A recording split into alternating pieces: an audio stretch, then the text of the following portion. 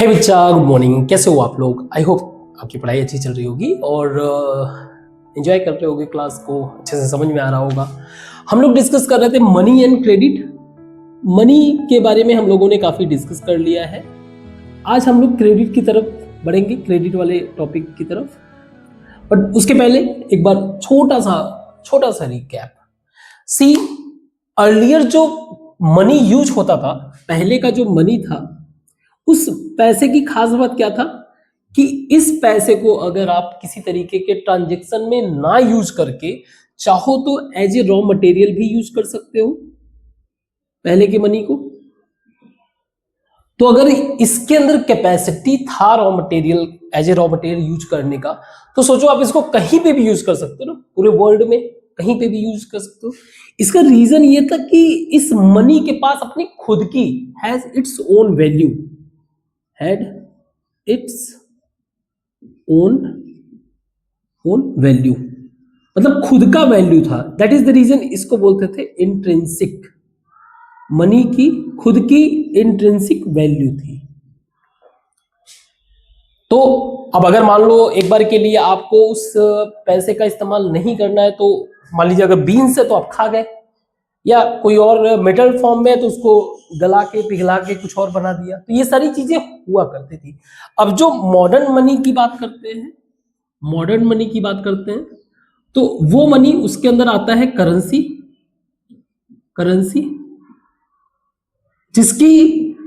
जिसमें करेंसी में आप दो चीज इंक्लूड कर सकते हो, that is paper currency and coin.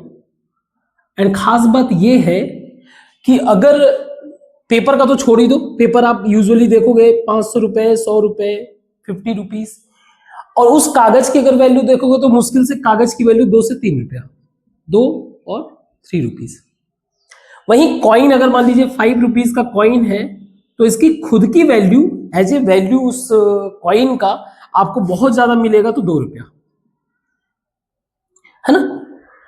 सो फिर इनकी वैल्यू बनाया किसने? They get their value, means have no intrinsic value। इनकी खुद की कोई इंट्रिंसिक वैल्यू है नहीं। दे गेट वैल्यू, कैसे इनको वैल्यू मिला? अथॉरिटी ने इनको वैल्यू दिया थ्रू लॉ बनाकर, कि भाई देखो ये करेंसी हम यूज कर रहे हैं, इसमें जो वैल्यू लिखा हुआ है वो गवर्नमेंट जो है इसको लीगली घोषित करती है। आपको इतने, जैसे 500 रुपए है, 500 रुपए का अगर सामान लेते हो तो उस नोट के थ्रू आप अपना काम कर सकते हो। दैट इज द रीजन इसको बोलते हैं, क्योंकि लॉ ने इसको ऑथराइज किया है, इसको बोलते हैं फिएट करेंसी। क्या बोलते हैं? Fiat currency. मतलब उनकी खुद की वैल्यू नहीं है, they are showing their value because of authority. Good. अब हम लोगों ने मॉडर्न मनी के भी बारे में डिस्कस किया था, that is currency plus deposit in bank,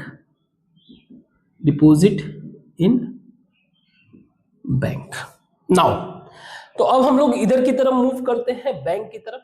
bank क्या करता है? तो बैंक क्या करता है? Bank lends depositors money to borrower. तो बैंक के पास जो भी पैसा जमा होने आ रहा है, ये क्या कर देते हैं? बोरोवर को दे देते हैं, जो उधार मांगना चाहता है। दैट इज, यही होता है लोन। ठीक। अब एक बात ये भी समझना पड़ेगा, बैंक सारा पैसा नहीं देता है, means not all money lend to borrower. सारा पैसा जो है बोरोवर को नहीं देता। कितना देता है? लगभग मान लीजिए ऑलमोस्ट 5% छोड़ के 5%, लगभग 5% keep money for their daily activity. कहने का मतलब, अगर मान लो कल को जिन्होंने डिपॉजिट किया हुआ है मनी, मीन्स अगर कल को कोई डिपॉजिटर आ गया मनी मांगने के लिए, उस सिचुएशन में इतना पैसा जो है मैनेज हो जाता है कि आप जो कोई एनी डे अगर कोई आता है उसको दे सकते हो। बाकी का 95% लगभग किस में चला जाता है, लोन में। और ऐसा क्यों है? सोसाइटी में there is a demand of loan, there is a huge demand of loan. कैसे, किस किस बात के लिए? जैसे एग्जांपल के लिए हमारे एग्रीकल्चरल एक्टिविटी में ही देख लो आप। एग्रीकल्चरल एक्टिविटी में जो इनपुट्स वगैरह चाहिए रहता है, फर्टिलाइजर्स वगैरह अदर एक्टिविटी के लिए लोन चाहिए रहता है। बिजनेस एक्टिविटी में, इंडस्ट्रियल एक्टिविटी में, एजुकेशन के लिए भी लोन चाहिए रहता है, हाउस के लिए लोन चाहिए रहता है, लोगों को कार के लिए लोन चाहिए, मीन्स एक्सेट्रा। ऐसे बहुत सारी चीजों के लिए लोन चाहिए रहता है। So no doubt there is a huge demand of loan. तो फिर बैंक अर्न कैसे करता है? बैंक क्या करता है, there is a margin, through margin. अब ये मार्जिन क्या है? Bank earns. कैसे अर्न करता है आप समझो। जो डिपॉजिटर है, डिपॉजिटर मीन्स आप मार्जिन का मतलब पे इंटरेस्ट ऑन डिपॉजिट। जो डिपॉजिट अमाउंट है उस पे समवेयर अराउंड 4% पे करता है इंटरेस्ट, यानी पर ईयर।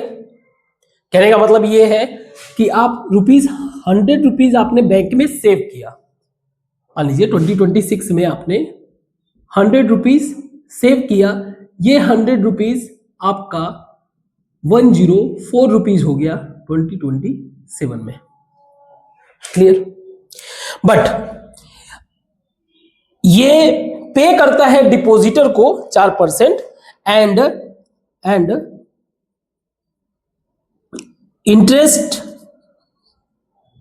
ऑन लोन, यानी कि जो ये लेंड करता है मनी उस पे समवेयर अराउंड, मतलब 10%, इसके ऊपर ही रहेगा 10%, 9%। तो ये लोन कितना दे रहा है? लोन पे जो ये इंटरेस्ट अर्न कर रहा है वो कितना है? 10%। तो आप कह सकते हो 6% का मार्जिन बैंक अर्न कर रहा है। और ये अमाउंट में बहुत ह्यूज होता है। जैसे आप अंदाजा लगाइए, पहली बात ये कि इसके थ्रू जो है कितने economic activity, if we take it as a positive, अब देखा जाए तो कई सारे इकोनॉमिक एक्टिविटी फ्लरिश होते हैं। इकोनॉमिक एक्टिविटी फ्लरिश हो रहा है, एम्प्लॉयमेंट क्रिएट हो रहा है ना, and many positive activity occurs. Clear है यहां तक बात? एक इंपॉर्टेंट चीज आपको समझना पड़ेगा, थोड़ा सा कंसेप्ट आपको समझना पड़ेगा कि बैंक किसी भी इकोनॉमी में एक मेजर रोल प्ले करता है इकोनॉमी को ग्रो करने के लिए। कभी भी बैंक का रोल बहुत इंपॉर्टेंट होता है। ठीक है? जैसे अब आप एक अंदाजा लगाइए, हमारे कंट्री में, एक सेकेंड इसको मैं मिटाऊं थोड़ा सा। आप एक अंदाजा लगाइए, देखिए कैसे मनी वर्क करता है। ये चीज आपके बुक में नहीं दिया हुआ है, लेकिन ये समझने के लिए जरूरी है। सी, गवर्नमेंट ने यानी आरबीआई ने 100 रुपया जो है रिलीज किया, बनाया। ठीक, अब ये चलाया मार्केट में। ठीक है, मार्केट में किसी एक पर्सन के पास ये 100 रुपया गया, मान लीजिए पर्सन ए। ठीक है, अब ये ले जाके बैंक में जमा करेगा। बैंक ए मान लीजिए, उसमें जमा किया। ठीक है, इसने 100 रुपया ले जाके बैंक में जमा कर दिया, मींस कल को आके ये बैंक से ले सकता है। गुड। अब इस बैंक ने किसी को लोन पर दिया, दैट इज पर्सन बी। इस व्यक्ति ने दूसरे बैंक में, क्योंकि सारा पैसा तो दे नहीं सकता, तो इसने 95 रुपीज दिया होगा, 5% इसने सेव कर लिया होगा। है ना। अब ये सारा पैसा तो देगा नहीं, इसलिए क्लियर है, ये वाला चीज हमने समझ लिया। अब ये जो है इसने भी कहीं बैंक में ही रखेगा। मान लीजिए इसका कोई एक बैंक, इसने भी एक अलग बैंक में भी खुलवा रखा है, बैंक भी, इसमें इसने 95 रुपीज जो है जमा कर दिया। अब ये बैंक बी जो है किसी को देगा लोन पे, ये 95 में से मान लीजिए 5% का, मतलब एक सिंपल रखते हैं, इसने जो है 90 रुपीज किसी को लोन पे दिया, यानी पर्सन सी को। अब इस सी ने जो है सी बैंक में, किसी सी बैंक में जो है 90 रुपीज जमा किया, बैंक सी 90 रुपीज, इसने किसी को दिया, ये रुपीज गया 80, मान लीजिए 80, 10 रुपीज इन्होंने रख लिया, ठीक, 10 रुपीज इन्होंने रख लिया, इसने जमा किया बैंक डी में 80 रुपीज। हमने पहले ही डिस्कस किया था कि जब हम लोग बोलते हैं मॉडर्न मनी का मतलब क्या है, मॉडर्न मनी का मतलब क्या है, करेंसी प्लस बैंक डिपॉजिट, यह कहा था। अब सोच के देखो, थोड़ा सा आपका दिमाग उड़ेगा। गवर्नमेंट ने सिर्फ 100 रुपए रिलीज किया था, गवर्नमेंट ने सिर्फ 100 रुपया रिलीज किया था। अब इस बैंक में अगर इसके हिसाब से देखा जाए, इस पर्सन के पॉइंट ऑफ व्यू से देखा जाए, तो इसका खुद का डिपॉजिट 100 रुपया है, ए का डिपॉजिट 100 रुपया है, क्लियर है। फिर उसके बाद आप बी के पास जाओगे, बी से पूछोगे तो बी का डिपॉजिट जो है 95 रुपीज है। सी के पास गए, सी से बोलोगे कि तुम्हारा क्या कहानी है, तो भाई मेरा भी जो है लगभग 80 रुपीज जो है क्या है, मेरा डिपॉजिट है बैंक सी में, 80 रुपीज बैंक सी में मेरा डिपॉजिट है ना। और फिर डी के पास गए, डी के पास गए, सॉरी ये 80 नहीं 90 रुपीज है। ऐसे ही डी के पास गया, डी बोला मेरा जो है डी बैंक में 80 रुपीज डिपॉजिट है। आप जरा सा थोड़ा सा ये दिमाग लगाओ, आप कितना हो गया 5, ये हो गया आपका 10 20 30 एंड 36, है ना, ठीक है। अब आप सोचो, गवर्नमेंट ने सिर्फ 100 रुपया रिलीज किया था और मनी पूरे मार्केट में कितना है। अब इसको ब्रॉड पॉइंट ऑफ व्यू से देखो, bank, that is the reason bank जो है बहुत ही इंपॉर्टेंट रोल प्ले करता है किसी भी इकोनॉमी में। इस बात को गवर्नमेंट भी समझती है, इस बात को गवर्नमेंट भी समझती है। That is the reason government जो है प्रमोट की थी, आपने सुना होगा, प्रधानमंत्री जन धन अकाउंट, जन धन योजना, उसके अंतर्गत जन धन अकाउंट खोला गया लोगों का, है ना, आपने सुना होगा। और ये अकाउंट किसका है, ये गरीब लोगों का अकाउंट है, ये गरीब लोगों का जो लगभग जीरो बैलेंस पे अकाउंट खुलता था। आज प्रेजेंट टाइम में अगर एक डेटा लिया जाए तो लगभग 57 करोड़ अकाउंट खुले हैं, नए 57 करोड़ अकाउंट खुले हुए हैं। और इस 57 करोड़ अकाउंट में लगभग more than 2.5 lakh crore rupees जो है इन्वेस्ट हुआ है। मतलब ये बैंक अकाउंट में डिपॉजिटेड है लगभग 2.5 लाख करोड़। बैंक इसको तो रखेगा नहीं, बैंक इसको आगे जो है फॉरवर्ड करेगा। तो ये मेजर रोल प्ले किया इकोनॉमी को ड्राइव करने में। और इससे भी बड़ी बात, अगर आप इसको विजुअलाइज करने में दिक्कत हो रही है तो आप ऐसे विजुअलाइज करो, इतने अमाउंट में लगभग 2 बुलेट ट्रेन जो भी प्रेजेंट टाइम में मान लीजिए अहमदाबाद से मुंबई तक के 2 बुलेट ट्रेन इतने में चल जाएगा। Now you can imagine significance. तो इसका मेजर रोल होता है बैंक डिपॉजिट में, बैंक में अकाउंट खुलवाने से हमारे कंट्री का इकोनॉमी ग्रो करता है। That is the reason. और ये जो बैंक रोल प्ले करता है इसको बोलते हैं मल्टीप्लायर इफेक्ट। ये चीज आपको जानना नहीं है, बस मैं ऐसे ही बता दिया मल्टीप्लायर इफेक्ट, ये आपके बिल्कुल भी उसका नहीं है, बट अब ये समझ लो बस बैंक क्या करता है, मनी को मल्टीप्लाई कर रहा है। Getting my point? गुड। हम अपने वापस से टॉपिक पे आते हैं। तो बैंक क्या करता है, बैंक अपना जो है पैसा रखता नहीं है, वो आगे लेंड कर देता है। जो भी बोरोवर रहते हैं तो इस तरीके से बैंक वर्क करता है। तो अगर मैं एक सिंपल वो बना दूं, तो ये हमारा बैंक है, इसमें डिपॉजिटर अपना पैसा डिपॉजिट करते हैं। क्यों करते हैं, सारा चीज पता है, अपने सेफ ताकि ये सेफ्टी के लिए उसमें कुछ इंटरेस्ट अर्न कर सके, ये सारी चीजें। बैंक इसको रखता नहीं है, बैंक फॉरवर्ड इसको लेंड कर देता है बोरोवर को। सो इस तरह से हमारा जो है मनी का सिस्टम चलता है। इधर से आया मनी और इधर गया क्रेडिट। ठीक है। अब इंपॉर्टेंट क्या है, इंपॉर्टेंट ये है कि जो बैंक है हमारा, जो हमारा बैंक है, ये इजी वे से तो लोन देगा नहीं किसी को, यानी अब हम लोग इस साइड में डिस्कस करेंगे। इजी वे से तो ये लोन देगा नहीं, कुछ ना कुछ टर्म्स एंड कंडीशंस होंगे लोन के, that's we are going to discuss कि वो टर्म्स एंड कंडीशंस क्या हो। इसको बिठाते हैं।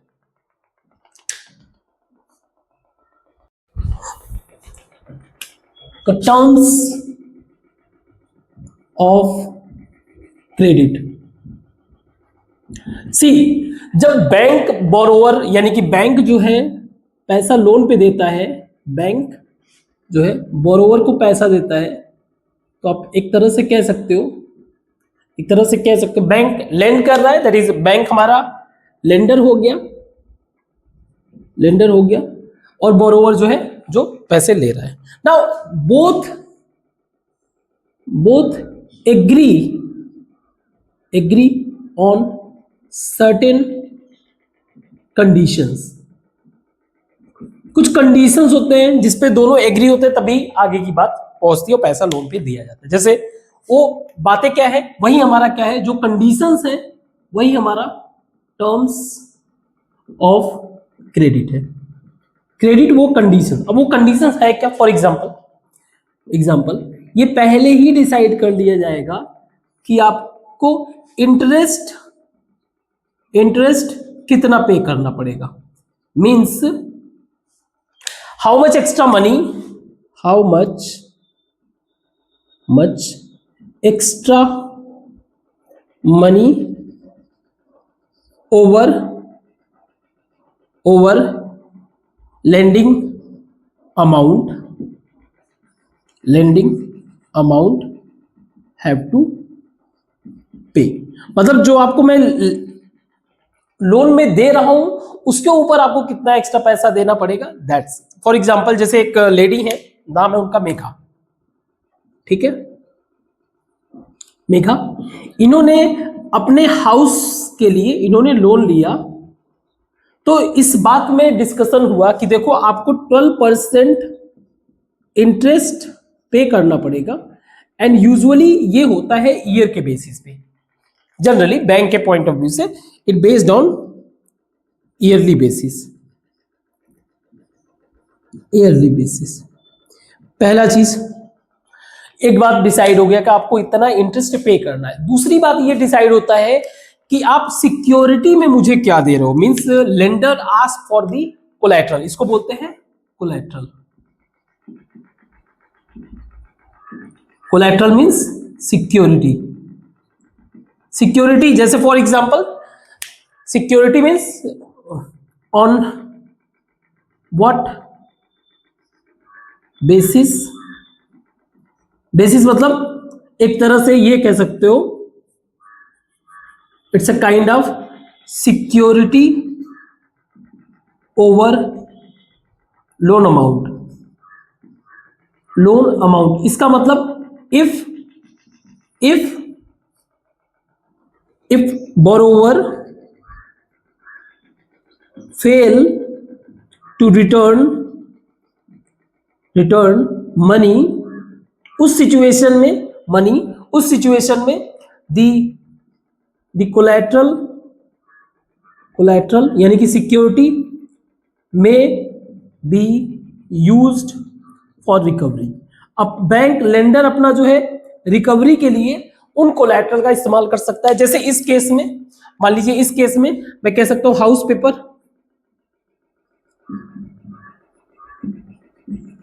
पेपर कि आपके घर का कागज मेरे पास रहेगा, जब आप सारा पैसा पे कर दोगे तब आप कागज ले लेना। क्योंकि अगर इन बिटवीन अगर कुछ होता है तो घर का कागज जो है मैं अपना घर वो लैंड जो है मैं कॉन्फिस्केट कर लूंगा और अपना बेच दूंगा जो भी है। तो दूसरी बात ये हो गया। इंपॉर्टेंट तो यही मेन चीज है 1 2, लेकिन कुछ और बातें डिस्कशन भी होता है, including what's kind of documents. जैसे डॉक्यूमेंट्स में इनकी आईडी वगैरह है ना, आईडी हो गया, सैलरी स्लिप हो गया, सैलरी स्लिप हो गया एक्सेट्रा, मींस अर्निंग सोर्स और ये सारी चीजें, इन सब चीजों से रिलेटेड जो डॉक्यूमेंट वगैरह है वो डिसाइड कर सकते हैं कि हमें ये भी ला के दो, है ना।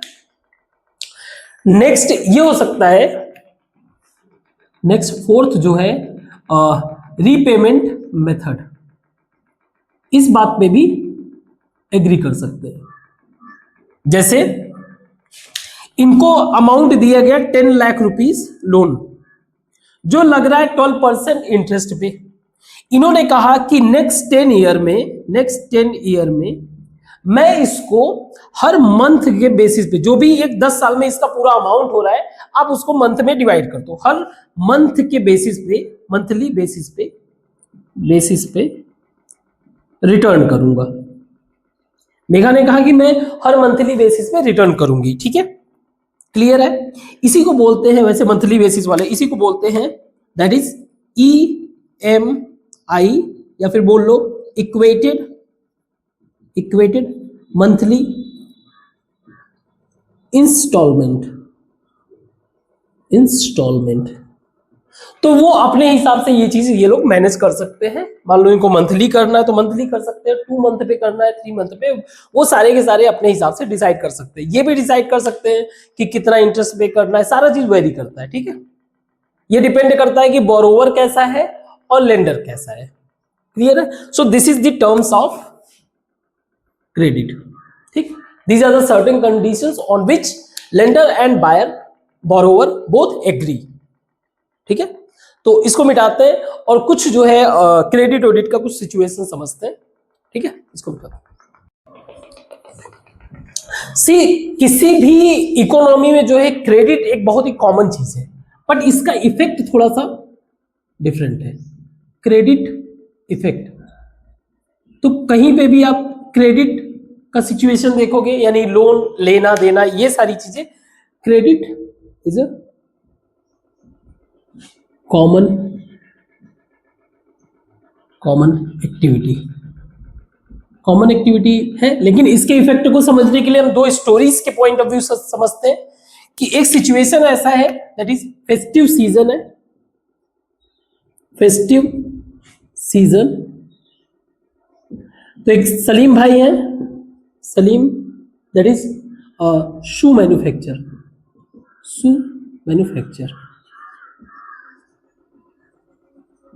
और एक है लेडी दैट इज स्वप्ना, ये स्मॉल फार्मर है, इनके बारे में भी देखेंगे, थोड़ा सा कंपैरिजन हो जाएगा। तो फेस्टिव सीजन के टाइम में सलीम को मिला लगभग 3000 शू मेकिंग का ऑर्डर मिला कि भाई तुमको 3000 शूज बनाने हैं। अब इसको टाइम पे टू डिलीवर ऑन टाइम, इसको इनको जो है मोर वर्कर चाहिए, more worker and more raw material. Usually मान लीजिए इनके पास जो है होता था 100-200 बनाने का, आज 3000 ऑर्डर आ गया, तो फिर अचानक से इनको ज्यादा वर्कर चाहिए और ज्यादा रॉ मटेरियल। तो ये क्या हुआ कि ये गए लेदर वाले के पास, लेदर वाले से इन्होंने जो है क्रेडिट पे on the basis of credit का मतलब एक तरह से इन्होंने लोन तो लिया, लेकिन कहा कि बाद में पे कर दूंगा, मींस पे लेटर, यही है, बाद में पे कर दूंगा, अभी आप मुझे दे दो। On the basis of credit he purchased leather, ठीक। लेदर वाले के पास जाके इन्होंने परचेज किया। अब वर्कर भी रखना था, उसके लिए थोड़ा सा पैसा चाहिए, तो जिन्होंने इनको ऑर्डर दिया था 3000, ही मीन्स ट्रेडर के पास ये गए, ट्रेडर से इन्होंने एडवांस मनी ले लिया, एडवांस मनी ले लिया कुछ। इसके हेल्प से इन्होंने क्या किया, इसके हेल्प से ही मैनेज टू डिलीवर प्रोडक्ट को डिलीवर कर लिया एंड अर्न किया प्रॉफिट अर्न किया, खुश है, मौज कर रहा है। कहानी यहां पे ओवर, यहां पे कोई दिक्कत नहीं। यहां वाला सिचुएशन आप देखो, स्वप्ना ने एग्रीकल्चर के लिए इन्होंने लोन लिया था, अपने एग्रीकल्चर एक्टिविटी के लिए एग्रीकल्चर लोन लिया था, ठीक है, एग्रीकल्चर लोन लिया था। अब इस एग्रीकल्चरल लोन में जो भी इनका क्रॉप था उसमें दिक्कत ये हो गया, क्रॉप इनका फेल हो गया ड्यू टू पेस्ट, मतलब कीड़े मकोड़े लग के इनके क्रॉप को जो है क्या कर दिया, सत्यानाश कर दिया। इवन इन्होंने दो शी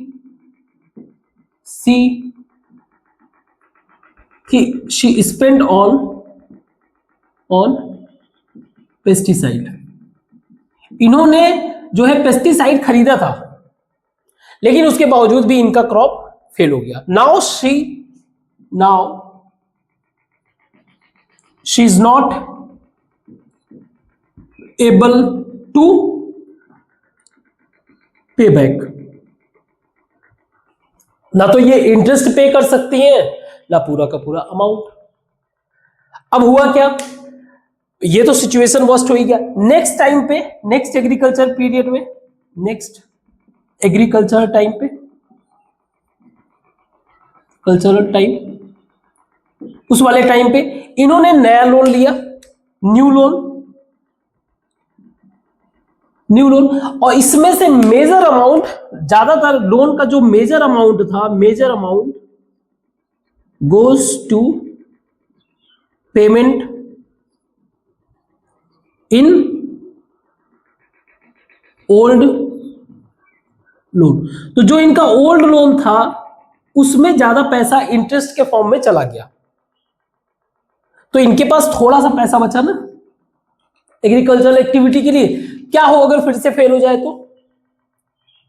कंटिन्यूअस ऐसे ही क्या होता है, ये एक तरह का cycle, it becomes a cycle.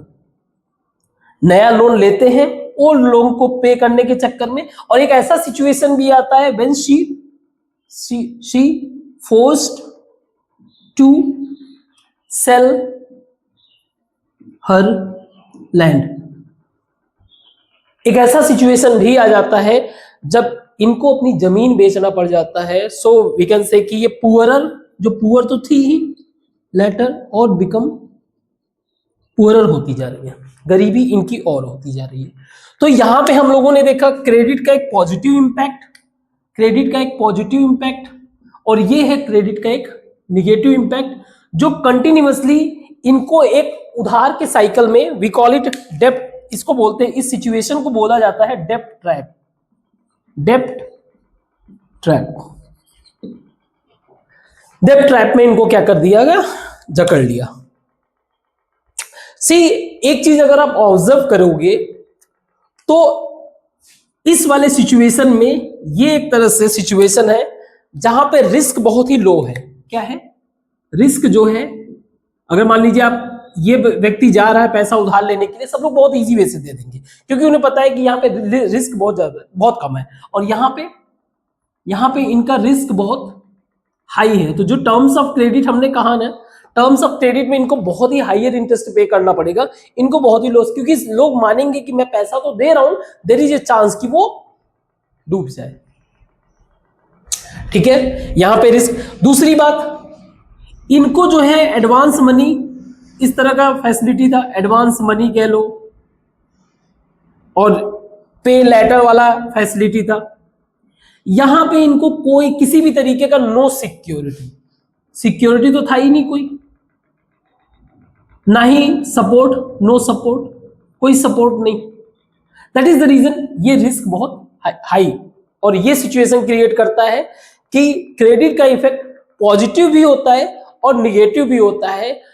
जो भी है, इस साइड में लोगों को ज्यादा प्रूडेंशियल डिसीजन लेना पड़ेगा, बहुत ज्यादा सोच समझ के कि कैसे, कहाँ पे, किस तरीके से लोन लेना है, किस एक्टिविटी में स्पेंड करना है, ये सारी चीजें टेक केयर करना पड़ेगा। बट कहने का मतलब यही है कि क्रेडिट के कई सारे रूप होते हैं, उसका इफेक्ट जो है इस फॉर्म में हम लोग देख सकते हैं। ठीक है, और भी अलग अलग तरीके से क्रेडिट दिया जाता है, वेराइटीज ऑफ क्रेडिट्स हैं, उनको समझते हैं, इसको मिटाते हैं।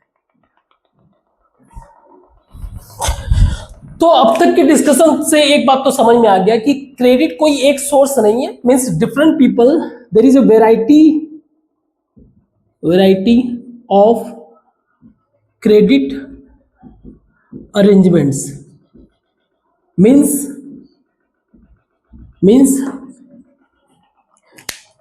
for credit there is not a single source, there is not a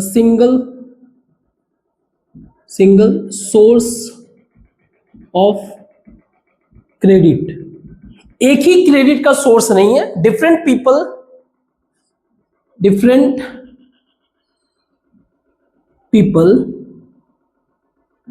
gate credit different ways. Now see, हम लोग एक एग्जांपल लेते हैं, एक विलेज का ही अगर ले, कोई एक विलेज, कोई भी एक रैंडम विलेज को भी अगर हम लोग एग्जांपल लें, तो हमें पता है कि विलेज, हमें पता है कि विलेज में स्मॉल फार्मर्स है, स्मॉल फार्मर्स। अब जैसे इसमें से एक फार्मर है, नाम है उनका, मान लीजिए श्यामल।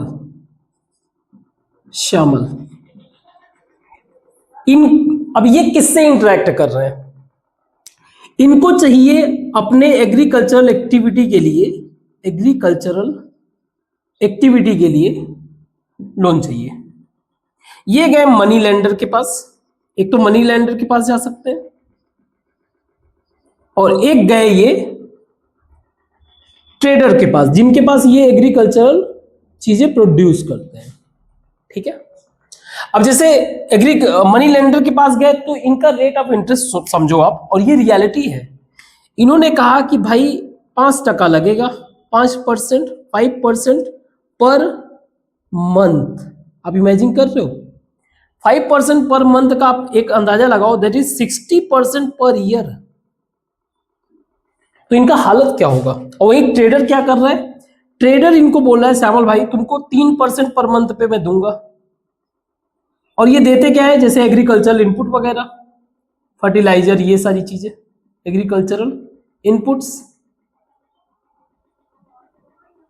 3% पर मंथ का मतलब हो गया लगभग 36% पर ईयर। आप इमेजिन कर सकते हो, ये जो बेचारा स्मॉल फार्मर होगा, ये क्या हो जाएगा? डेप्ट ट्रैप में चला जाएगा, मींस और भी ज्यादा पुअर हो जाएगा। यही एक दूसरा व्यक्ति, small farmer, that is Arun. इन्होंने क्या किया? मनी लेंडर या फिर किसी ट्रेडर के पास जाने के पास ये गए बैंक के पास, बैंक से इन्होंने लोन लिया। नाउ बैंक ने इनको दिया 12% पर ईयर के बेसिस पे। आप इमेजिन करो, डिफरेंस देख रहे हो? तो ये अपना सिचुएशन क्या होगा? He will make life better, अपना लाइफ बेहतर कर सकता है ये।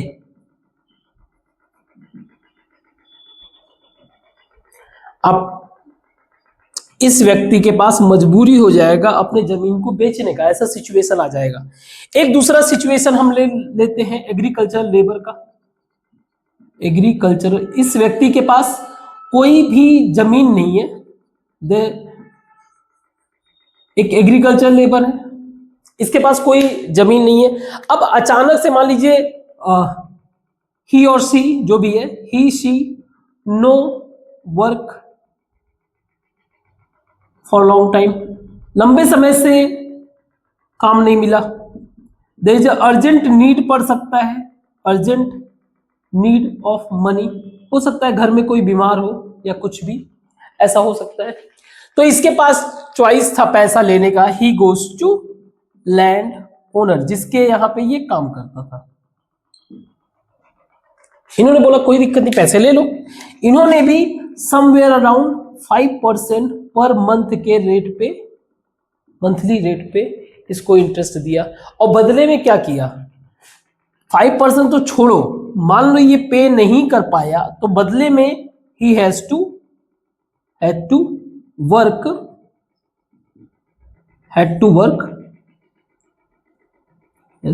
Work without pay. बिना पैसे के बेटा तुम काम करते रहो, कोई पैसा नहीं देंगे वो कंटिन्यूअसली। तो आप इमेजिन कर सकते हो क्या सिचुएशन होता होगा इनका, है ना। बट कुछ लोगों ने थोड़ा सा दिमाग लगाया, है ना। They make their cooperatives. So cooperative का मतलब इन्होंने फार्मर्स ने अपना ग्रुप बनाया, दे फॉर्म दियर ग्रुप बनाया, और जो भी इनके पास अपनी सेविंग था, सेविंग्स जो है कंट्रीब्यूट किए। तो ग्रुप किसका है ये, फार्मर्स का। छोटे मान लो छोटे मोटे फार्मर्स हैं, उन लोगों ने मिलकर, या छोटे मोटे जो वर्कर्स हैं ऐसे, इन लोगों ने मिलकर ये अपने सेविंग्स को कंट्रीब्यूट किए एंड गिव लोन